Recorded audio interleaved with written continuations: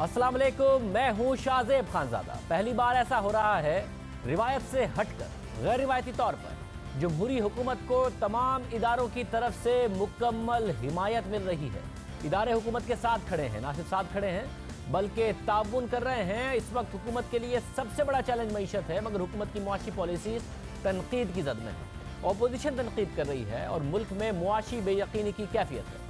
सरमायाकारों का एतमाद बहाल नहीं हो रहा, इसलिए हुकूमत पर तनकीद हो रही है।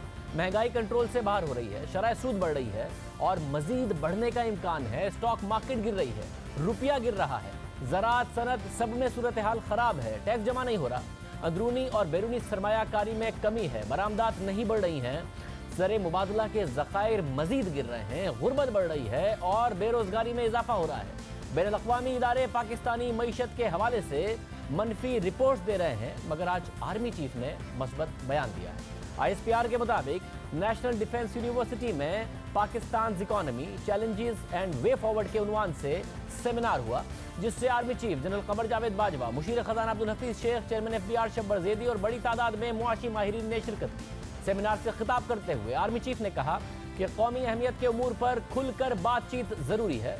हुकूमत और दीगर स्टेक होल्डर्स की कौमी अहमियत के मामलात पर बातचीत जरूरी है। आर्मी चीफ ने सिक्योरिटी और मईशत के दरमियान ताल्लुक की अहमियत पर जोर दिया, क्योंकि दोनों एक दूसरे के लिए जरूरी हैं। आर्मी चीफ ने कहा कि मुआशी खुद मुख्तारी के बगैर कोई दूसरी खुद मुख्तारी मुमकिन नहीं। मुमालिक इनफरादी तौर पर तरक्की नहीं कर सकते, बल्कि खित्ता तरक्की करता है। हमारे खित्ते की तरक्की के लिए हमें तमाम पड़ोसी मुमालिक के साथ रवाबित कायम करने की जरूरत है। ISPR के मुताबिक हालिया मुआशी सूरत हाल पर बात करते हुए आर्मी चीफ ने कहा कि मालियाती बदइंतजामी की वजह से हम मुश्किल इक्तिसादी हालात से गुजर रहे हैं, हम मुश्किल फैसले करने से कतराते रहे। उन्होंने कहा कि मुसल्लह अफवाज ने रज़ाकाराना तौर पर दिफाई बजट में सालाना इजाफा न लेने के फैसले से अपना किरदार अदा किया। आर्मी चीफ ने कहा कि हुकूमत ने तवील मुद्दती फ़वाइद के हुसूल के लिए मुश्किल और नतीजा खेज फैसले किए। हम सबको मुश्किल हुकूमती इक़दामात की कामयाबी के लिए जिम्मेदारियां निभाना होगी। आर्मी चीफ ने कहा कि हम सबको इस हवाले से अपनी जिम्मेदारियां अदा करने की ज़रूरत है ताकि मुश्किल हुकूमती इक़दामात कामयाब हो सकें। उन्होंने कहा कि माजी करीब में ऐसी मिसालें मौजूद हैं जब दीगर मुमालिक ने ऐसे चैलेंजेस का मुकाबला किया और मुश्किल फैसले लेने के बाद वो कामयाब हुए। हम इंशाअल्लाह इन मुश्किलात से सुरखरू होकर निकलेंगे। आर्मी चीफ ने कहा कि मुश्किल हालात में कोई फर्द तनहा कामयाब नहीं हो सकता जब तक कौम मुत्तहिद ना हो। वक्त आ गया है कि हमें एक कौम बनकर सोचना होगा। ये बड़ी अहम बात है कि जो हुकूमत के मुश्किल फैसले हैं उस पर सपोर्ट की बात कर रहे हैं, कौम से कह रहे हैं कि इन मुश्किल फैसलों से गुजर कर एक अच्छा टाइम आएगा। ऐसी मिसालें मौजूद हैं। पाकिस्तान की तारीख को मद्देनजर रखते हुए एक मस्बत बात है कि आर्मी चीफ ने साफ अल्फाज में हुकूमत के मुश्किल फैसलों की तायद की है और ये पैगाम दिया है कि ये फैसले मुश्किल हैं, मगर आगे चलकर इससे फ़ायदा होगा। सबको साथ मिलकर चलना होगा। 10 दिन पहले ही हुकूमत ने नेशनल डेवलपमेंट काउंसिल कायम की थी, जिसकी सरबराही वज़ीर आज़म खुद करेंगे, मगर आर्मी चीफ भी इसके रुकन हैं और हुकूमती नोटिफिकेशन के मुताबिक ये काउंसिल डेवलपमेंट के लिए पॉलिसियाँ और हिकमत अमली बनाएगी, साथ ही मुआशी तरक्की की शरह बढ़ाने के लिए पॉलिसी बनाएगी। ये फैसला किया गया है कि अब सिविल और अस्करी क़यादत मिलकर मुल्क की मुआशी हिकमत अमली बनाएगी। Army chief national development council के रुकन भी बन चुके हैं और मईशत के हवाले से उनकी फिक्र बढ़ रही है। जब से ये हुकूमत आई है इसे इदारों से भरपूर ताउन मिला है। गुज़िश्ता साल 6 दिसंबर को DG ISPR major general Asif Ghafoor ने मीडिया से अपील की कि वो मस्बत खबरें दें, सिर्फ 6 माह तक मस्बत खबरें दें, फिर देखें मुल्क कहाँ से कहाँ जाता है। अब इस बात को भी 6 माह हो चुके हैं। इसके अलावा भी ये कहा जाता रहा कि हुकूमत के हवाले से मस्बत खबरें दी जाएँ। ये वो ताउन है जो माजी की हुकूमतों को हासिल नहीं रहा। माजी में हुकूमतों को शिकायत रही हैं कि उन्हें काम नहीं करने दिया जा रहा, उन्हें शिकायत रही है कि धरने और लॉकडाउन के जरिए उनके रास्ते में रुकावटें खड़ी की गई हैं, इसलिए वो काम नहीं कर सकते। हर थोड़े अरसे बाद इस तरह के हालात पैदा कर दिए जाते हैं कि हुकूमत के लिए काम करना मुश्किल हो जाता है। सिविल मिलिट्री ताल्लुकात में तनाव की वजह से हुकूमतों को ये शिकायत रहती थी कि उन्हें काम करने नहीं दिया जा रहा, मगर अब ऐसा नहीं है। मिसाली सूरत हाल है और ऐसा मुल्क की सियासी तारीख को मद्देनजर रखा जाए तो लगता है कि पहली दफ़ा हो रहा है। हमारे साथ इस वक्त ऐसे सीनियर 2 जर्नलिस्ट मौजूद हैं जिन्होंने मुल्क की सियासी तारीख को बहुत करीब से देखा है। सुहेल वड़ाई साहब, हामिद मीर साहब हमारे साथ मौजूद हैं। वड़ाई साहब बहुत शुक्रिया, हामिद मीर साहब आपका भी बहुत शुक्रिया। सुहेल वड़ाई साहब, आपने बहुत पाकिस्तान की तारीख का मुताला भी आपका बहुत है और आप तो बाकायदा तौर पर कवर करते रहे हैं एज अ जर्नलिस्ट। पिछले 30 साल में आपको लगती है कोई हुकूमत ऐसी थी जिसको इतना ताउन इदारों की तरफ से मिला हो जो तहरीक इंसाफ की हुकूमत को मिल रहा है? नहीं, बतौर सियासत के एक अदना तालिब इल्म के ये एक बेमिसाल ताउन है जिसकी कोई 70 साल में मिसाल नहीं मिलती। अयूब खान साहब ज़रूर वजारत दिफा में मददगार हुए, जो लास्ट सिविलियन गवर्नमेंट थी 1956 टू 58, लेकिन उसके बाद नेशनल डेवलपमेंट काउंसिल जो है ये एक अनप्रेसिडेंटेड मूव है कि मईशत के अंदर भी जो फ़ौज ने ताउन का फ़ैसला किया है, एक तरह से स्टेक होल्डर बने हैं कि हुकूमत की कामयाबी या नाकामी में इस तरह से स्टेक होल्डर कभी नहीं फ़ौज रही। तो ये एक बड़ा पॉजिटिव स्टेप है इमरान खान के लिए, लेकिन इसके जो फ़वाइद निकलने चाहिए थे अब तक अदारों के ताउन के, हमें वो निकलते हुए नज़र नहीं आते, क्योंकि जो एक कॉमन मैन का ट्रस्ट है वो पता नहीं क्यों ख़राब हो गया है।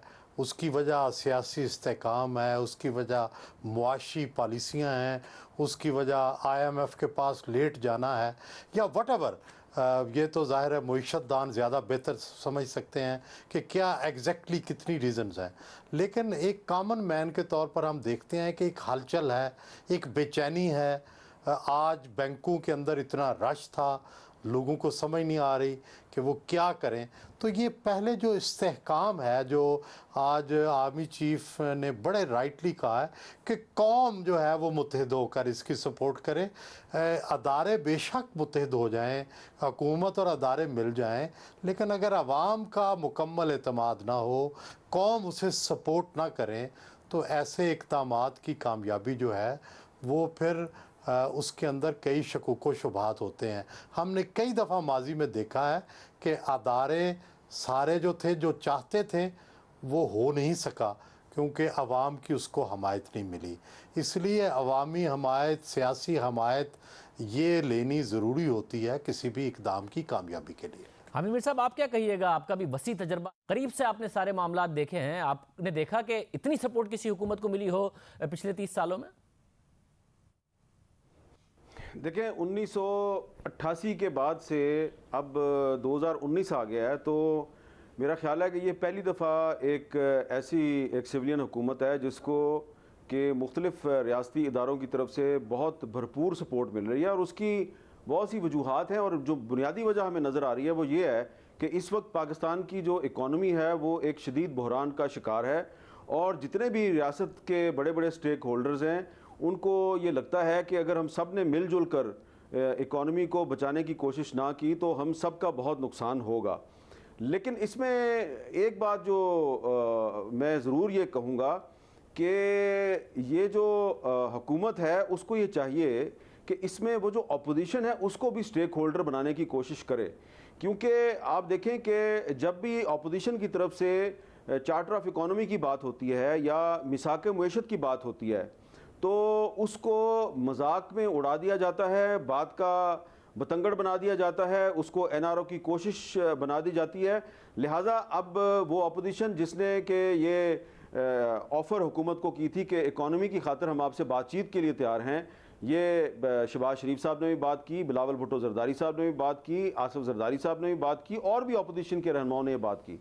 अब वो ये बात करने के लिए तैयार नहीं है। अब मुस्लिम लीग नून की तरफ से और पीपल्स पार्टी की तरफ से वाज़ेह तौर पे कह दिया गया है कि अब हम इकॉनमी पे आपके साथ बात करने के लिए तैयार नहीं है, क्योंकि आप कहते हैं कि जी हमने NRO करना है। तो बज़ाहिर तो हमें लग रहा है कि जो रियासती इदारे हैं वो हुकूमत के पीछे खड़े हैं और ख़ास तौर पे इकॉनमी के मसले पे बड़े कंसर्न नज़र आते हैं। लेकिन आप अपोजिशन को कैसे इसमें से माइनस कर सकते हैं, जबकि अपोजिशन जो है वो सिंध में हुकूमत कर रही है, अपोजिशन गिलगित बल्तिस्तान में हुकूमत कर रही है, अपोजिशन जो है वो आज़ाद कश्मीर में हुकूमत कर रही है।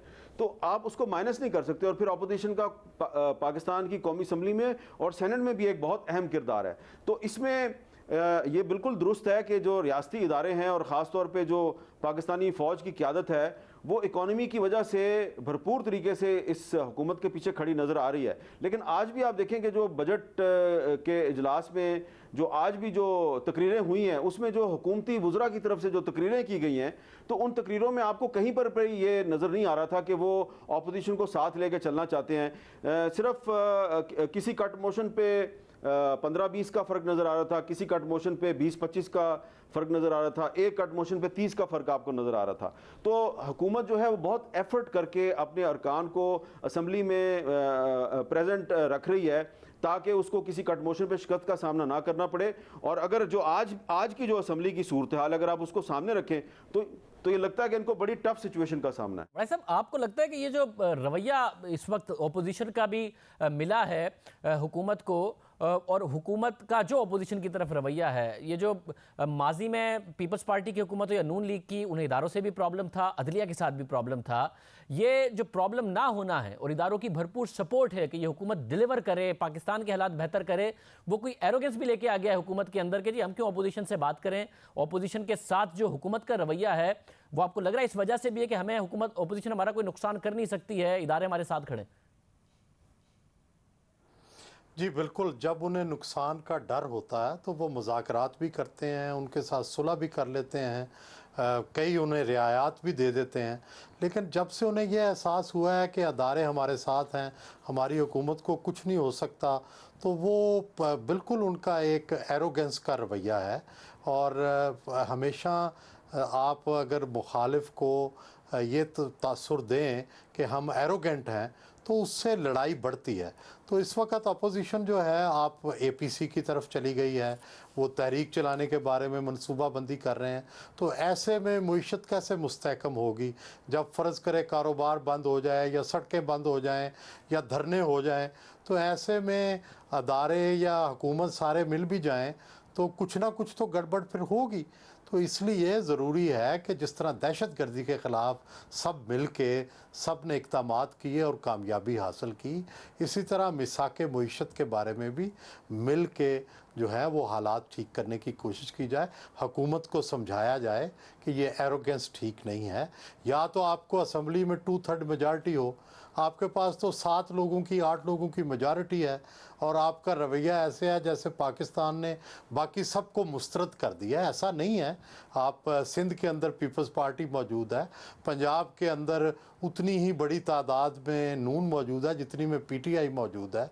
और जिस तरह अहमद मीर साहब कह रहे थे गिलगित बल्तिस्तान में नून की हुकूमत है, आज़ाद कश्मीर में हुकूमत है। तो मतलब है ये टोटल या तो शिकस्त हो गई हो नून पीपल्स पार्टी को, वो ज़ीरो हो या बिल्कुल ही 12-14 लोग हों, तो ठीक है, आपकी एरोगेंस समझ आती है कि हम इनसे क्यों सुलह करें।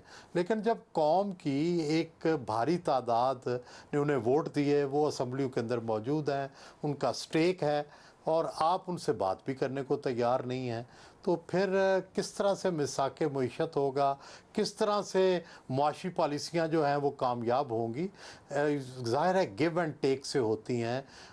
या हमारे सामने जापान की मिसाल है कि वहाँ सियासी गड़बड़ बहुत होती है, अदम इस्तेकाम आपको पता है पिछले 15-20 साल वहाँ बहुत रहा है, अब निस्बतन बेहतर है। लेकिन उन्होंने यही किया हुआ है कि मईशत को नहीं छेड़ते, मुआशी पॉलिसियाँ वही रहती हैं। तो इसके लिए ज़रूरी है कि आप एक मिसाक मईशत कर लें। हुकूमत कोई भी आए लड़ते रहें झगड़ते रहें, लेकिन मईशत उसी तरह चले ताकि ट्रस्ट हो, अदालतें उसके मुताबिक फ़ैसले करें, गवर्नमेंट उसके मुताबिक फ़ैसला करे, क्योंकि लॉन्ग टर्म ज़रूरत होती है पॉलिसियों की। मैं हामिद मीर साहब आपसे भी ये जानना चाहूँगा कि सुहेल भाई, जितनी सपोर्ट इनको है, कारकर्दगी वैसी नहीं है इनकी, जो भी वजूहात हों, आप भी समझते हैं कि जो पीपल्स पार्टी को पहले साल से प्रॉब्लम का सामना करना पड़ गया था, नून लीग को भी पहले साल से ही मसाइल का सामना करना पड़ा, तहरीक इंसाफ को कोई ऐसे मसाइल नहीं हैं ना अदलिया से ना दूसरे इदारों के साथ, उसके बावजूद भी कारकर्दगी वो है नहीं जो तहरीक इंसाफ की होनी चाहिए थी? हाँ, ये आपका सवाल बहुत अच्छा है कि जितनी भरपूर हमायत जो है वो इमरान खान साहब को हासिल है रियासती इदारों की तरफ से, इसकी माजी में मिसाल नहीं मिलती। और यकीनन ये after a very long time ये पाकिस्तान में एक ऐसी सिविलियन हुकूमत आई है जिसके पीछे इस्टेब्लिशमेंट खड़ी हुई नज़र आ रही है। लेकिन उस लिहाज से अगर आप देखें तो उसकी जो इक्तिसादी मैदान में जो कारकर्दगी है वो उतनी हौसला अफजा नहीं है जितनी कि होनी चाहिए थी। और इसीलिए उनको अपना वज़ीर ख़जाना तब्दील करना पड़ा, इसलिए उन्होंने स्टेट बैंक का गवर्नर तब्दील कर दिया, इसलिए उन्होंने FBR का चेयरमैन तब्दील कर दिया, और भी बहुत सी वजारतें उन्होंने तब्दील की हैं। तो ये इमरान खान साहब को इस पर तवज्जो देनी चाहिए कि ये उनको पाकिस्तान की सियासी तारीख़ में एक गोल्डन अपॉर्चुनिटी मिली है। 88 के बाद ये वो पहली हुकूमत है जिसके पीछे बाकायदा जो रियासती इदारे हैं वो खड़े हुए नज़र आ रहे हैं और कह रहे हैं कि भाई हम आपके साथ हैं और हम चाहते हैं कि आप कामयाब हो जाएं। लेकिन उस लिहाज से अगर देखा जाए उस जो उनकी परफॉर्मेंस है उसको कंपेयर किया जाए पिछली मुस्लिम लीग नून की हुकूमत जिसको प्रॉब्लम्स थी, उससे पिछली पीपल्स पार्टी की हुकूमत जिसको बहुत ही प्रॉब्लम्स थी, तो उस लिहाज से देखा जाए तो इनकी इमरान खान साहब की जो कारकर्दगी है उसको आप ये कह सकते हैं कि जो पीपल्स पार्टी और मुस्लिम लीग नून की हुकूमत के जो पहले एक साल थे उस लिहाज से पाकिस्तान तहरीक इंसाफ की कारकर्दगी उतनी अच्छी नहीं है जितनी के होनी चाहिए। क्विकली ये भी जानना चाहूंगा, ये बात अभी भी तय है, एपीसी हो गई, सब हो गया कि हुकूमत को खतरा कोई नहीं है, अभी डिलीवर करना चाहें इदारों की सपोर्टें कर सकते हैं, ऑपोजिशन से कोई खतरा नहीं है? जी खतरा नहीं है, लेकिन खतरे हुए भी कोई देर नहीं लगती। हमने देखते हैं माजी में भी कि एक छोटा सा इवेंट बड़ा हो जाता है, तो इसलिए हुकूमत को मोहतात रहना चाहिए। ये जो अदारों की सपोर्ट है ये ज़रूरी नहीं कि हमेशा रहे। अदारे भी ज़ाहिर अपने आप को एवेल्यूएट करते हैं, गवर्नमेंट को एवेल्यूएट करते हैं और अपनी सोच को तब्दील करते रहते हैं। तो इसलिए अगर इनकी कारकर्दगी अच्छी ना हुई तो कल को अदारे जो हैं वो अपनी सोच तब्दील भी कर लेंगे। और दूसरा यह है कि बड़ी थिन मेजॉरिटी है, कोई ऐसा वाक़या हो गया जो हैंडल ना हुआ तो इतनी थिन मेजॉरिटी तो 1 मिनट में उड़ जाती है। तो इसलिए इमरान खान इतने भी सेफ़ नहीं है जितना वो अपने आप को समझते हैं। हामिद मीर साहब, अपोजिशन ने ज़ाहिर है हाथ पैर मारना शुरू किए हैं, चेयरमैन के हवाले से पहली मूव कर रहे हैं, बाद में दूसरा योम सियाह और सबकी तरफ जाएंगे। क्या इतलात हैं, कोई इत्तफाक हो गया कौन चेयरमैन सेनेट होगा? देखिए, जो अपोजिशन की जो एपीसी हुई थी उस एपीसी ने ये ऐलान तो कर दिया कि हम चेयरमैन सेनेट को हटाएंगे, लेकिन अभी तक जो अपोजिशन जमातें हैं वो चेयरमैन सेनेट सादिक संजरानी साहब के मुकाबले पे अपने किसी मुतफ़िका उम्मीदवार के नाम पर अभी तक उनका कंसेंसस नहीं हो सका। और आज भी इस सिलसिले में काफ़ी सलाह मशवरे होते रहे। शाहिद खान अब्बासी साहब ने आसिफ जरदारी साहब से मुलाकात की, बिलावल भुट्टो जरदारी साहब से, मुस्लिम लीग नून के बहुत से जो दीगर रहनुमा हैं उन्होंने बातचीत की। तो हम जो आज पार्लियामेंट की राहदारियों में जो नाम सुन रहे थे, जो 3-4 नाम ज़ेर बहस हैं, तो उसमें मुस्लिम लीग नून की तरफ से ये लग रहा है, वो कह रहे हैं कि जी हमारी अददी अक्सरियत ज़्यादा है तो चेयरमैन सेनेट का ताल्लुक मुस्लिम लीग नून से होना चाहिए। और मुस्लिम लीग नून की तरफ से जो 2 नाम मैंने सुने हैं, एक राजा जफरुल हक साहब का है और एक परवेज़ रशीद साहब का है, लेकिन हतमी नाम अभी तक उन्होंने तय नहीं किया। पीपल्स पार्टी के जो हल्के हैं वो सलीम मांडीवाला साहब का नाम दे रहे हैं। कुछ लोगों का ख्याल है कि रज़ा रबानी साहब भी हो सकते हैं, लेकिन मैंने जो पीपल्स पार्टी के जो बहुत सीनियर और जो इंतहाई अहम रहनुमा हैं उनकी ज़ुबान से सिर्फ सलीम मांडीवाला साहब का नाम सुना है। इसके अलावा ये भी हमें पता चला है कि कुछ अपोजिशन की जमातें जो हैं वो हासिल बजिंजो साहब को भी चेयरमैन सेनेट के उम्मीदवार के तौर पे सामने लाना चाहती हैं, क्योंकि उनका ख्याल है कि मौजूदा चेयरमैन का ताल्लुक बलोचिस्तान से है, तो जो अगले चेयरमैन हैं उनका ताल्लुक भी बलोचिस्तान से होना चाहिए। तो ये फैसला दरअसल करना है रहबर कमेटी ने। तो रहबर कमेटी के लिए पीपल्स पार्टी ने अपना नाम दे दिया है यूसुफ रज़ा गिलानी साहब का, और मुस्लिम लीग नून जो है और बाकी जमातें हैं उन्होंने अभी नाम देने हैं।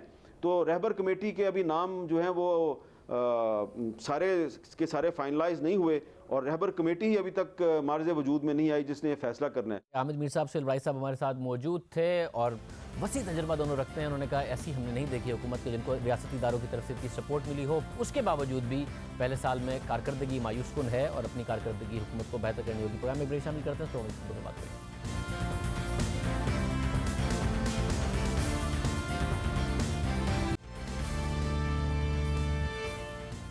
सुप्रीम जुडिशल काउंसिल में 2 जुलाई को जस्टिस काजी फाइज ईसा और जस्टिस के आगा से मुतालिक हुकूमती रेफरेंसेस की दूसरी अहम समाअत होने जा रही है, जिसके खिलाफ सुप्रीम कोर्ट बार एसोसिएशन ने मुल्क भर में यौम सियाह मनाने का ऐलान किया है। इससे पहले 14 जून को भी वकला की नुमाइंदा तंजीमों ने सुप्रीम जुडिशल काउंसिल की पहली समाअत पर मुल्क भर में हड़ताल की थी और अदालती कार्रवाइयों का बॉयकॉट किया था। और अब एक बार फिर वकला तंजीमें जजेस से यकजहती का इजहार करने जा रही हैं, लेकिन इस अहम समाअत से पहले हुकूमत की जानिब से किए गए इकदामात पर सवालात उठ रहे हैं और उसकी टाइमिंग को अहम करार दिया जा रहा है। गुज़िश्ता रोज़ वज़ीर क़ानून फ़रोग़ नसीम की जानिब से मुल्क भर की 133 बार एसोसिएशंस में 17.5 करोड़ रुपए तकसीम किए गए। और इस हवाले से आज डॉन अखबार में असद मलिक की खबर शाया हुई है, जिसके मुताबिक गुज़िश्ता रोज़ वज़ीर क़ानून डॉक्टर फ़रोग़ नसीम ने इस्लामाबाद में एक तकरीब के दौरान कौमी ख़जाने से 133 बार एसोसिएशंस में 17 करोड़ 50 लाख रुपए तकसीम किए हैं। खबर के मुताबिक बार एसोसिएशंस गुज़िश्ता कई माह से वफाकी हुकूमत से फंड का मुतालबा कर रही थी। इस हवाले से इस्लामाबाद बार एसोसिएशन के सेक्रेटरी का कहना है कि कई माह कबल फंड देने का मुतालबा किया गया था, जो वजारत कानून ने अब जारी किए हैं। वकला को फंड देने की तकरीब से खिताब करते हुए वज़ीर कानून फ़रोग़ नसीम का कहना था कि मुल्क भर की मुख्तलिफ बार काउंसिल्स में उनकी ज़रूरियात को मद्देनज़र रखते हुए बिला इम्तियाज़ शफाफ तरीके से फ़ंड्स तकसीम किए गए हैं। वकला बिरादरी की फलाह बहबूद मौजूदा हुकूमत की अव्वलीन तरजीह है। निगरान हुकूमत ने वकला को फंड्स की फराहमी के हवाले से कुछ शराइत आयद की थी, लेकिन इन फंड्स का हुसूल बार एसोसिएशंस का हक है और हुकूमत समझती है कि वकला की आज़ादी के लिए ज़रूरी है कि उनकी तंजीमों को माली तौर पर मुस्तहकम किया जाए। उनका कहना था कि माजी में वकला बिरादरी का ख्याल नहीं रखा गया, लेकिन मौजूदा हुकूमत ने मुआशी बहरान के बावजूद वकला में फ़ंड तकसीम किए हैं और इन फंड्स की तकसीम सियासी वाबस्तगी से बालातर होकर की गई है। माजी में भी वकला तंजीमों को फंड्स दिए जाते रहे हैं, उन्हें बजट में भी मुख्तस किया जाता है और इन फंड्स का मुतालबा वकला तंजीमें गुज़िश्ता कई माह से करती भी रही हैं, लेकिन उन्हें ये फंड ऐसे वक्त में दिए गए हैं अचानक जब सुप्रीम जुडिशल काउंसिल में सुप्रीम कोर्ट के जस्टिस काजी फाइज ईसा से मुताल्लिक रेफरेंस ज़ेर समात है और वकला तंजीमें इसके खिलाफ पहला एहतजाज 14 जून को कर चुकी हैं और अब 2 जुलाई को यौम सियाह मनाने जा रही हैं, जिसकी वजह से इस मामले पर सवालात उठ रहे हैं। और आज डॉन अखबार की खबर में भी पीपल्स पार्टी के दौर में वकला को दिए गए फंड्स का हवाला देते हुए कहा गया है कि माजी में पीपल्स पार्टी की हुकूमत ने अपने उस वक्त के वजीर कानून बाबर एवान के जरिए 132 डिस्ट्रिक्ट बार एसोसिएशन में 77 करोड़ 64 लाख रुपए तकसीम किए थे। खबर के मुताबिक ये फंड्स ऐसे वक्त में तकसीम किए गए थे जब उस वक्त के सदर आसिफ अली जरदारी के खिलाफ सुइस मुकदमात दोबारा खोलने और कौमी मुफाहमती ऑर्डिनेंस से मुंसलिक अदालती अहकामात पर अमल दरामद ना करने के मामला चल रहे थे। अब ये अहम मामला बन गया है क्योंकि आम हालात में अगर वकला तंजीमों में फंड्स की तकसीम होती तो कोई मामूल की बात होती, लेकिन इन फंड्स की तकसीम ऐसे वक्त में हो रही है जब हुकूमत मुआशी बहरान का शिकार है और सुप्रीम जुडिशल काउंसिल में जस्टिस काजी फाइज ईसा के रेफरेंस का मामला चल रहा है। वज़ीर आज़म बार बार आवाम से मुतालबा करते हैं कि पैसे नहीं है हमारे पास, इसलिए टैक्स दें, एमनेस्टी स्कीम का फ़ायदा उठाएं, मगर 17 करोड़ रुपए इस मुआशी हालात में वकला बरादरी में दे दिए हैं और इस वकला बरादरी में इस वक्त वकला बरादरी वो एहतजाज कर रही है इस मामले पर, इसलिए भी सवाल उठ रहे हैं क्योंकि जस्टिस काजी फाइज ईसा से मुतालिक मामला का एक पस मंज़र है। गुज़िश्ता कुछ अरसे से सामने आने वाले मामला से साफ महसूस होता है कि उनके खिलाफ बाकायदा एक मुहिम चलाई जा रही है। वज़ीर आज़म इमरान खान कहते थे कि मैं अवाम के पैसे की रखवाली करूंगा, अब भी कहते हैं पैसे बचाऊंगा, मगर अब अचानक जस्टिस काजी फाइज ईसा के खिलाफ रेफरेंस के बाद कौमी खजाने से 17.5 करोड़ रुपए देना खुद इमरान खान के दावों और वादों के खिलाफ है। इस पर बात करेंगे सुप्रीम कोर्ट बार एसोसिएशन के सदर अमानुल्लाह कुनरानी साहब से। अमानुल्लाह कुनरानी साहब, बहुत शुक्रिया। असल ज़ाहिर बार एसोसिएशन को माजी में भी पैसे मिलते रहे हैं, बजट में भी एलोकेट होते रहे हैं, मगर सवाल पैदा हो रहा है कि क्या माजी से कुछ अलग हुआ है? पैसे दिए गए हैं, पहले भी दिए जाते रहे हैं, ये क्या जस्टिस काजी फाइज ईसा के खिलाफ रेफरेंस और जो आपकी हड़ताल की कॉल है, आपका प्रोटेस्ट है, उससे मुंसलिक है या माजी का तसलसल है? इसमें कोई नई बात नहीं। बिल्कुल, ये तो कहते हैं अंधे को भी नज़र आता है कि ये इस मौके पर जब हमारा 14 जून को एक बहुत बड़ा एहतजाज हुआ अल्हम्दुलिल्लाह और ये यकजहती मनाएगी आज़ाद अदलिया के साथ, और इसके बाद 2 जुलाई को भी हमने उसका ऐलान कर रखा है। तो यकीनन ये जो बार्स को मिलते हैं, बेचारे जब पहले मिलते थे बड़ी मुश्किलों से देते थे और किसी को मिलता था किसी को नहीं मिलता था, वो भाई इंडिविजुअली जो है एफर्ट की जाती थी, किसी को मिलता था, वो भी सेक्शन 57 लीगल प्रैक्टिशनर एक्ट के तहत गवर्नमेंट को अख्तियार है कि वो ग्रांट इन एड दे। मगर इस दफ़ा बल्क में जो है लोगों को बुलाया गया है और इसमें न सिर्फ किसी को दिया नहीं गया है बल्कि बहुतों को चेक काट दिए गए हैं। सुप्रीम कोर्ट बार एसोसिएशन का भी रूटीन में वो बाबर रवान साहब ने भी तमाम बार एसोसिएशन को करोड़ों दिए। इस दफ़ा इमरान खान साहब का इरादा नहीं था, वो देना भी नहीं चाहते थे। पिछले कुछ अर्सा पहले 2-3 महीने पहले मिले थे तो कतई तौर पर बार्स के साथ कभी इंटरेक्शन के लिए तैयार नहीं थे, ना ही वो कोई फ़ंड्स देने के मूड में थे। जो रेगुलर रूटीन में मिलता है वो भी नहीं दे रहे थे। इस दफ़ा ये हुआ कि सुप्रीम कोर्ट बार एसोसिएशन जो स्टैंड लिया है, इसके बाद पूरे बार्स को उन्होंने खुद बुलाया और बुलाने के बाद इस मौके पर चेक दे रहे हैं जब 2 जुलाई को हमारा एहतजाज है। अगर इनको देना था मई में देते, अप्रैल में देते, उन्होंने देना ही नहीं था। तो जब ये मौका आया तो उन्होंने एकदम फंड्स को इकट्ठा करके बार काउंसिलों और बार एसोसिएशन को बांटना शुरू किया है और इसमें सबसे ज़्यादा जो रकम दी गई है 3 करोड़ रुपए पंजाब बार काउंसिल को दिया गया। बाकी को तो पीनट दिए गए, ख़ास तौर पर बलूचिस्तान को और सिंध को। तो मगर ये है कि पंजाब को काफ़ी नवाज रहे हैं। तो जो भी वजूहत है उनकी, क्योंकि आबादी वहाँ ज़्यादा है, वकीलों की तादाद वहाँ ज़्यादा है, उनको काउंटर करने के लिए उन्होंने इसका ज़्यादा एहतमाम किया है। पिछली दफ़ा भी जो हमारी हड़ताल को नाकाम करने के लिए उन्होंने बार काउंसिल और high court bar association, Lahore bar association का सहारा लिया। आज फिर उन्होंने उसका मुआवजा भी देना शुरू कर दिया है। तो ये अफसोसनाक है कि कौमी काज है। देखें, ये जुडिशरी की आज़ादी हमारा ज़ाती मसला नहीं है, इसमें तमाम इस इदारे 22 करोड़ आवाम का मसला है। कल ये हुकूमत में नहीं होंगे तो इन लोगों को भी ज़रूरत पड़ेगी एक आज़ाद अदलिया हो, और इसी तरह हर एक की ज़रूरत है। फंडामेंटल राइट्स के लिए सबका हक है कि आज़ाद अदलिया मौजूद हो। इसको पता नहीं क्यों गवर्नमेंट अपने लिए अना का मसला बना रही है। पहले तो उनको ये काम करना नहीं चाहिए था। अब अगर किसी वजह से हो गया उनसे तो इस तरह ज़ातियात पे नहीं आना चाहिए। उसको रोकने के लिए स्टेट एक्सचेकर का इस्तेमाल करें और उसको रोकने के लिए अपने वो तमाम हथकंडे इस्तेमाल करें जिससे उनको दिल को खुशी हो। मतलब तो फिर आज पर अब इससे फ़र्क पड़ेगा या नहीं पड़ेगा वकला की तरफ से? मैं समझता हूँ जो वकला है, आम वकला है, वो ओहदेदारों से हटकर सोचते हैं। ओहदेदारों के मसाइल और हो सकते हैं, मगर आम वकील का कोई मसला नहीं। वो आइन और कानून के बालादस्ती के लिए यकसू है और इंशाल्लाह उसका जज्बा जवां है। वो 2 जुलाई को वहाँ पर तमाम ओहदेदार जो है वो पहुँचेंगे। जिनको पैसे मिले भी हैं, मुझे उम्मीद है वो भी पहुँचेंगे, क्योंकि ये उनको मिले grant in aid state of Pakistan ने दिए, किसी के ज़ात का नहीं है। तो अगर उन्होंने लिया भी है तो मैं समझता हूँ वो अपने काज से कंप्रोमाइज़ नहीं करेंगे। बहुत शुक्रिया। प्रोग्राम में एक ब्रेक शामिल करते हैं। वज़ीर आज़म सबके प्रोजेक्ट्स का माजी के एहतसाब की बात कर रहे हैं। एक मामला ऐसा है जिसमें खामोश हैं और मुसलसल सवाल उठ रहा है, बात करेंगे इस पर।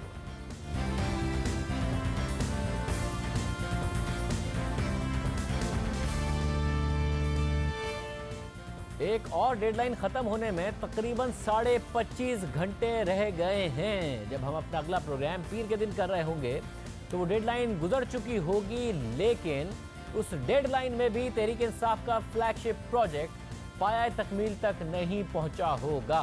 जिस प्रोजेक्ट की बात हो रही है उसके लिए अब अंदाजे लगाने की भी ज़रूरत नहीं है, क्योंकि सबको पता है कि वो पेशावर मेट्रो बस मंसूबा है जिसकी पहली डेडलाइन 6 माह की थी और फिर 1.5 साल से ज़ायद का अरसा गुजरने के बावजूद ये प्रोजेक्ट मुकम्मल नहीं हो सका है।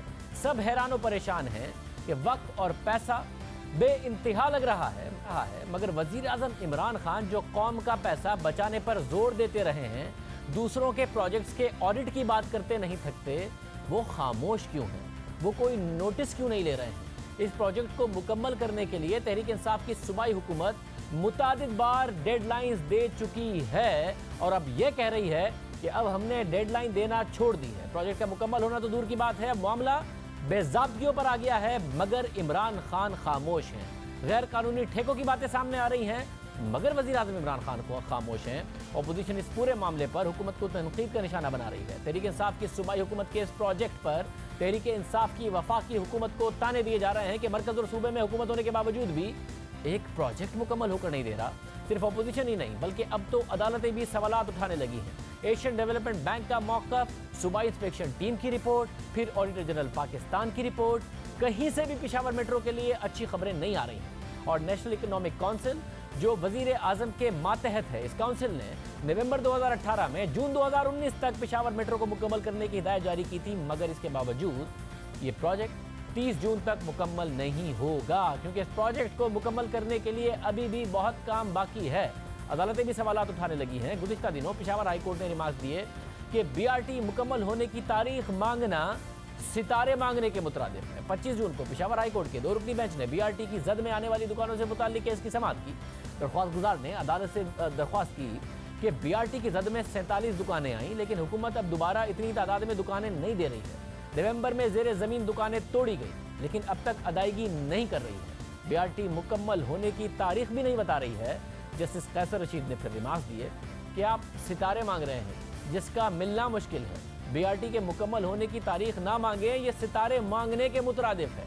वज़ीर आज़म इमरान खान इस पूरे मामले पर हैरानकुन तौर पर खामोश हैं। उनकी खामोशी बाइस तशवीश इसलिए भी है क्योंकि BRT में मामला सिर्फ इल्तवा का नहीं है बल्कि बेकायदगियों का भी है, और ख़ुद BRT के अंदर से इन मामलात पर तहफ़्फ़ुज़ात का इजहार किया जा रहा है। BRT का जो प्रोजेक्ट मैनेजमेंट यूनिट है जिसका काम अहम मामलात की निगरानी करना था, अब उसे भी बंद करने का फैसला कर लिया गया है। यानी खैबर पख्तूनख्वा हुकूमत ने BRT मनसूबा मुकम्मल होने से कबल ही प्रोजेक्ट मैनेजमेंट यूनिट के असासे तहवील में लेने का फैसला किया है। इस हवाले से दस्तावेज़ात भी सामने आई हैं जिसके मुताबिक महकमा ट्रांसपोर्ट ने 25 जून को खत के जरिए प्रोजेक्ट मैनेजमेंट यूनिट को असासे और रिकॉर्ड 30 जून तक हुकूमती कमेटी के हवाले करने की हिदायत जारी की। दूसरी जानिब प्रोजेक्ट मैनेजमेंट यूनिट ने प्रोजेक्ट की बंदिश से मुतालिक चीफ सेक्रेटरी को खत लिखकर अपील की है कि प्रोजेक्ट मैनेजमेंट यूनिट की तश्कील इसलिए की गई थी ताकि वो पेशावर मेट्रो प्रोजेक्ट के सिविल वर्क की निगरानी करे।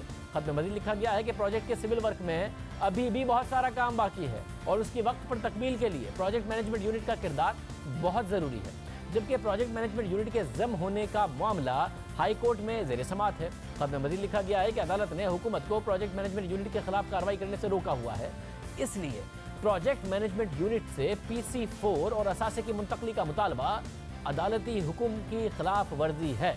चीफ सेक्रेटरी ज़मीनी हक़ाइक़ को मद्देनज़र रखते हुए इस प्रोजेक्ट के बेहतर मुफाद के लिए इस मामले पर तवज्जो दें।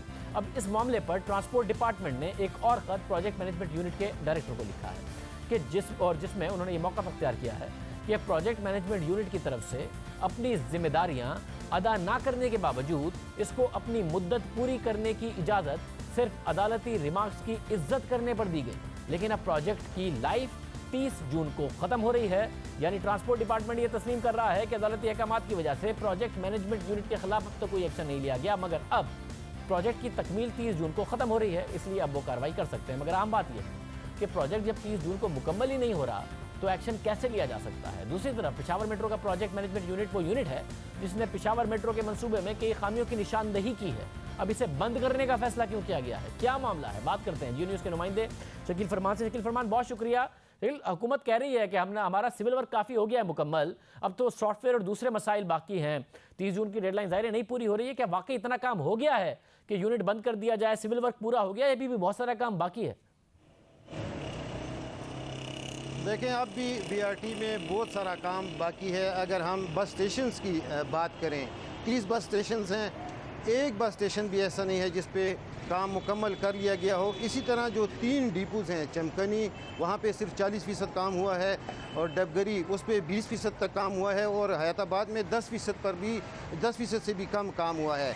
अब मेन कॉरिडोर को अगर आप देखें तो मेन कॉरिडोर को मुकम्मल कर लिया गया है, लेकिन मंसूबे में जो है निशानदेही हुई हैं, खामियों की निशानदेही की गई, जिसके बाद ये बात सामने आई है कि 2 मकामात ऐसे हैं, एक सदर और एक डबगरी, जहाँ पे मेन कॉरिडोर के जो कर्व्स थे जो बनाए गए थे उनकी विड्थ कम थी और बसें जो आमने सामने से जिन्होंने गुजरना था वो टकरा सकती थी। अब इस खामी की निशानदेही हुई है तो अब पिलर खड़े किए जा रहे हैं और जो रोड है उसको कुशादा किया जा रहा है, तो काम किसी सूरत मुकम्मल नहीं हुआ। चमकनी से हैदराबाद और हैदराबाद से एक्सटेंड किया गया है प्रोजेक्ट को कारखानों तक, उसके बारे में बताया जा रहा है कि 4 माह मज़ीद लगेंगे वो काम मुकम्मल होने में, और हैदराबाद का जो डिपो है उसके बारे में ये बताया जा रहा है कि वो अगले साल मुकम्मल किया जाएगा। वैसा तो फिर ये क्यों इतना ये प्रोजेक्ट मैनेजमेंट यूनिट को बंद कर रहे हैं, क्या मामला है फिर सारा का सारा, अगर ये मुकम्मल ही नहीं होना अक्टूबर-नवंबर तक? देखें, 300 से ज़्यादा खतूत लिखे हैं प्रोजेक्ट मैनेजमेंट यूनिट ने, PDA, ट्रांस पेशावर और जो दीगर हुकूमती इदारे हैं, और वक्तन फ़वक्तन निशानदेही की है।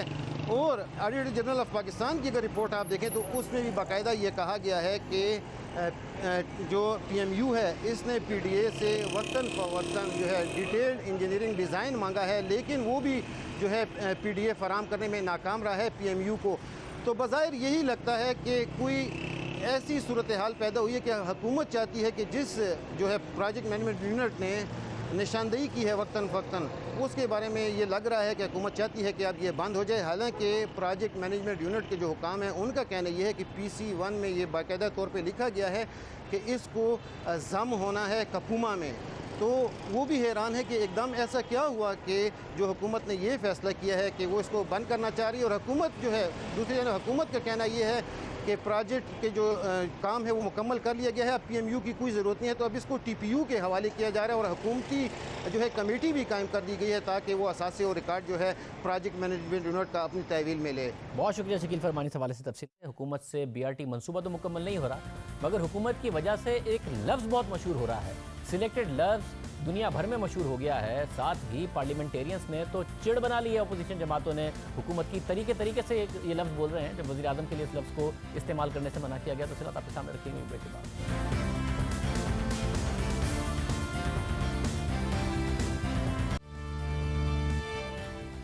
वजीर आज़म इमरान खान को लफ्ज़ सिलेक्टेड पसंद नहीं है, लेकिन ये लफ्ज़ उनका पीछा नहीं छोड़ा है।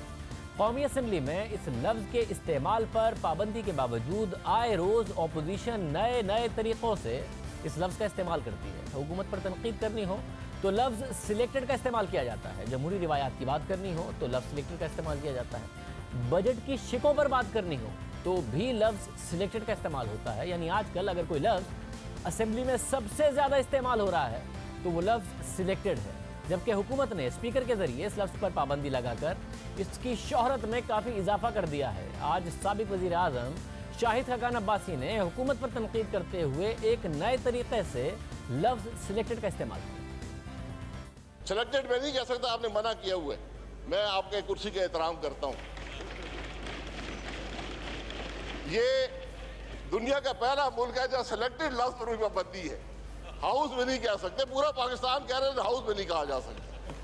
बच्चा बच्चा बाहर कह रहा है, बच्चा बच्चा कहते हैं जी सिलेक्टेड है, हुकूमत सिलेक्टेड है, वज़ीर आज़म सिलेक्टेड है, हम नहीं कह सकते, हम नहीं कहते।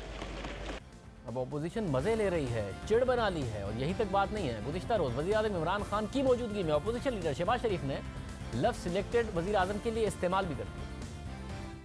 आपको याद होगा कि सिलेक्टेड वज़ीर आज़म वो ये कहते थे, ये मैं इसको एक्सपंज करता हूँ, ये मैं एक्सपंज करता हूँ, सिलेक्टेड को मैं एक्सपंज करता हूँ, इस पे बैन है, ये सिलेक्टेड नहीं हो सकता इधर। अगर आपने अगर सिलेक्टेड वज़ीर आज़म का लफ्ज़ काटा है तो मैं साइड वज़ीर आज़म का देता हूँ। ये लफ्ज़ एक मिनट, वो कहा मैं करते ये थे लफ्ज़ एक्सपंज करता हूँ। आप सब इस तरह नहीं हो सकता। सिलेक्टेड वज़ीर आज़म कहा करते थे कि अगर डॉलर की जो पैरिटी रुपए से 1 रुपया बढ़ जाए तो 100 अरब रुपया कौमी खजाने पर अपने कर्जों पर बोझ पड़ता है। आज एक रात में 700 अरब रुपए का बोझ पड़ा। शहबाज शरीफ की तरफ से सिलेक्टेड वज़ीर आज़म के लफ्ज़ के इस्तेमाल पर स्पीकर कौमी असम्बली असद कैसर बरहम नजर आए और बाद में उन्होंने रूलिंग भी दी कि लफ्ज़ सिलेक्टेड को जब एक दफ़ा हज़फ कर दिया गया है तो ये लफ्ज़ इलेक्ट्रॉनिक मीडिया या प्रिंट मीडिया की जानिब से भी इस्तेमाल नहीं किया जा सकता। अगर मीडिया इस लफ्ज़ का इस्तेमाल करता है तो वो हाउस के इस्तेहकाक की खिलाफ वर्जी होगी। अब असेंबली के हवाले से मीडिया को भी लफ्ज़ सिलेक्टेड के इस्तेमाल से रोका जा रहा है, जबकि अहम बात यह है कि हुकूमत जितना जोर इस लफ्ज़ को रोकने के लिए दे रही है, इतनी शिद्दत से इस लफ्ज़ का इस्तेमाल देखने में आ रहा है। असेंबली के अंदर अलग अलग अंदाज और नए नए तरीक़ों से इस लफ्ज़ का इस्तेमाल देखने में आ रहा है। हर ज़ेरे खजाना डिवीजन सर ये 8 नंबर मैंने सिलेक्टेड ये सिलेक्ट किया sir. Thank you mister speaker, मैंने 1110 जो है वो सिलेक्ट किया है।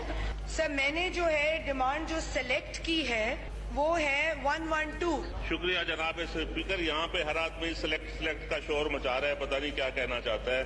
12 मैं सिलेक्ट नहीं कहता, मैं चूज कर रहा हूँ, ये चूजन है मेरा। I have again selected cut motion number 121 from demand number 37 which says I select that the demand under the head Higher Education Commission. Speaker, I have selected cut motion number 192. एक आम लफ्ज़ को पाबंदी लगाकर हुकूमत ने इतना मकबूल कर दिया है कि आलमी मीडिया पर भी वज़ीर आज़म के लिए लफ्ज़ सिलेक्टेड के इस्तेमाल से मुताल्लिक़ खबरें शाया हो रही हैं। न्यूयॉर्क टाइम्स, गल्फ न्यूज़, हर जगह पर इसकी गूंज सुनाई दे रही है। खुद हुकूमत भी सोच रही होगी कि पाबंदी लगाकर दुरुस्त किया या गलत किया। प्रोग्राम में आगे बढ़ते हैं। साबिक चीफ जस्टिस साकिब निसार जब तक चीफ जस्टिस रहे उनकी तवज्जो अदालत पर कम, ज़ेर इल्तवा मुकदमात को निपटाने पर कम और डैम बनाने पर ज़्यादा थी। वो कहते थे कि मेरी ज़िंदगी के 2 ही मकसद हैं, एक डैम बनाना और दूसरा पाकिस्तान का कर्ज उतारना। उन पर तनकीद भी होती थी कि फिर आवाम को अदालतों में इंसाफ देना किसका काम है। बहरहाल सुप्रीम कोर्ट की जानिब से गुज़िश्ता साल जुलाई के पहले हफ्ते में डैम फंड कायम किया गया, जिसके बाद हुकूमत भी इस मकसद में शामिल हो गई। वज़ीर आज़म इमरान खान ने दुनिया भर के पाकिस्तानियों से डैम फंड में पैसे जमा कराने की अपील की। साबिक chief justice Saqib Nisar fund इकट्ठा करने में बड़े मुतहरिक नजर आए और लोगों से डैम फंड इकट्ठा करने के लिए मुहिम भी चलाई। अपने गैर मुल्की दौरों के दौरान बैरून मुल्क मुकीम पाकिस्तानियों से फंड जमा करने के लिए उन्हें कायल करने की कोशिश की। अदालत में आए दिन लोगों पर जुर्माने के तौर पर डैम फंड में पैसे जमा कराने का मुतालबा करते रहे। उन पर तनकीद होने लगी कि चीफ जस्टिस सज़ा और जुर्माने का फ़र्क ख़त्म कर रहे हैं। सज़ा के तौर पर लोगों को डैम फंड में पैसे जमा कराने का हुक्म दे देते हैं, मगर अब अपने ओहदे से रिटायर होने के बाद भी डैम फंड इकट्ठा करने की वो कोशिश जारी रखे हुए हैं। लेकिन अब बात पहले जैसी नहीं है। द न्यूज़ और जंग की खबर के मुताबिक एक जराए ने उन्हें बताया कि साबिक चीफ जस्टिस ने फंड रेजिंग तकारीब में शिरकत और क्रिकेट वर्ल्ड कप देखने के लिए अपनी फैमिली के साथ लंदन के दौरे पर गए हुए हैं और IM Pakistan world wide movement की जानिब से दयामीर भाषा और मोहम्मद डैम की तामीर के लिए बर्मिंघम, मैनचेस्टर और लंदन में डैम फंड के लिए तकारीब के एहतमाम का ऐलान किया गया था। तकारीब की प्रमोशन के लिए पैम्फलेट भी छप चुके थे, लेकिन लंदन पहुंचने पर ऑर्गेनाइजर्स ने उन्हें बताया कि लोगों की अदम दिलचस्पी की वजह से तकारीब मनसूख करनी पड़ी हैं। तकारीब के पैम्फलेट में वफाकी वजीर फैसल वाउडा और बॉक्सर आमिर खान का नाम भी शामिल था। जब उनसे द न्यूज़ के नुमाइंदे ने रब्ता किया तो उन्होंने लाइलमी का इजहार किया। बॉक्सर आमिर खान की मैनेजमेंट टीम ने कहा कि उनको आगाह किए बगैर आमिर खान का नाम प्रिंट कर दिया गया था। फैसल वाउडा भी बजट में मसरूफ थे, उन्हें बिल नहीं था। साबिक अटॉर्नी जनरल सैयद नैयर रिजवी ने कहा कि कुछ वीज़ा मसाइल की वजह से प्रोग्राम कैंसिल हुआ। द न्यूज़ और जंग के मुताबिक एक ऑर्गेनाइजर ने कहा कि ये तकरीब अब ताखीर से 15 जुलाई को होगी, लेकिन दूसरे ऑर्गेनाइजर ने कहा कि तकरीब अब अक्टूबर में होगी। तकारीब ऑर्गेनाइजर्स और IM Pakistan world wide movement के चेयरमैन अहमद सैयद से जब हमारी बात हुई तो उन्होंने कहा कि ये तकरीब कैंसिल नहीं हुई है बल्कि ताखीर से हुई। उन्होंने कहा कि लोगों ने तकारीब के लिए टिकट्स ही नहीं खरीदे। द न्यूज़ और जंग की रिपोर्ट बता रही है कि डैम फंड में अब आवाम की दिलचस्पी नहीं है। साबिक चीफ जस्टिस तकरीब में शिरकत के लिए पहुंच तो गए, मगर बैरून मुल्क पाकिस्तानियों की जानिब से अदम दिलचस्पी देखी गई। जब इस मुहिम का आगाज़ हुआ था उस वक्त भी हमने अपने प्रोग्राम में कहा था कि इतनी रकम का जमा होना मुमकिन नहीं है। हमने अपने प्रोग्राम में ज़ेर-इल्तवा केसेस जो कि मुख्तलिफ सूबों में हैं और सुप्रीम कोर्ट में हैं उनकी तादाद भी बताई थी कि उन पर तवज्जो की ज़रूरत है। हमने फिर 7 सितंबर 2018 को अपने प्रोग्राम में इस हवाले से बात की थी और अंदाज़ा लगाया था कि जिस तरह फंड्स मिल रहे हैं इस लिहाज से मतलूबा रकम का टारगेट हासिल करने के लिए कितनी मुद्दत दरकार होगी। सिर्फ भाषा डैम के लिए 1400 अरब रुपए की ज़रूरत थी। डैम फंड में जब 2 माह में सिर्फ 2 अरब रुपए जमा हुए थे तो इस लिहाज से हमने बताया था कि 1400 अरब रुपए जमा होने में 700 महीने लग जाएंगे। अब डैम फंड कायम हुए 1 साल हो गया है। सुप्रीम कोर्ट की वेबसाइट पर डैम फंड से मुताल्लिक दी गई तफसीलात के मुताबिक 1 साल में 10.67 अरब रुपए जमा हो सके। सुप्रीम कोर्ट की वेबसाइट पर इस वक्त डैम फंड में 5 करोड़ 35 लाख रुपए से ज़ायद रकम जाहिर हो रही है। सुप्रीम कोर्ट ने डैम फंड के लिए जमा की गई रकम की सरमायाकारी का फैसला किया और रकम नेशनल बैंक को मुंतकिल करने का हुक्म दिया। डैम फंड के लिए भरपूर मुहिम चलाई गई। इतने पैसे डैम फंड में जमा नहीं हुए जितने टीवी चैनल्स पर इश्तिहारात चलाए गए, अखबारात में इश्तिहारात शाया हुए। इस मुहिम में पाक फौज, सरकारी मुलाजमीन और समाजी शख्सियात समेत आम शहरियों ने अपने एहतियात जमा कराए, मगर इसके मतलूबा नताइज हासिल नहीं हुए, ना ही होना थे। जैसे साकिब निसार जब तक चीफ जस्टिस थे तो उनकी तवज्जो अदालती मामलात से ज़्यादा दूसरे मामलात पर रही और अब वो रिटायर हो गए हैं तो इन मामलात में अब आवाम की दिलचस्पी नहीं रही। आज के प्रोग्राम में इतना ही। आज से पीर के दिन मुलाकात होगी। जाती है।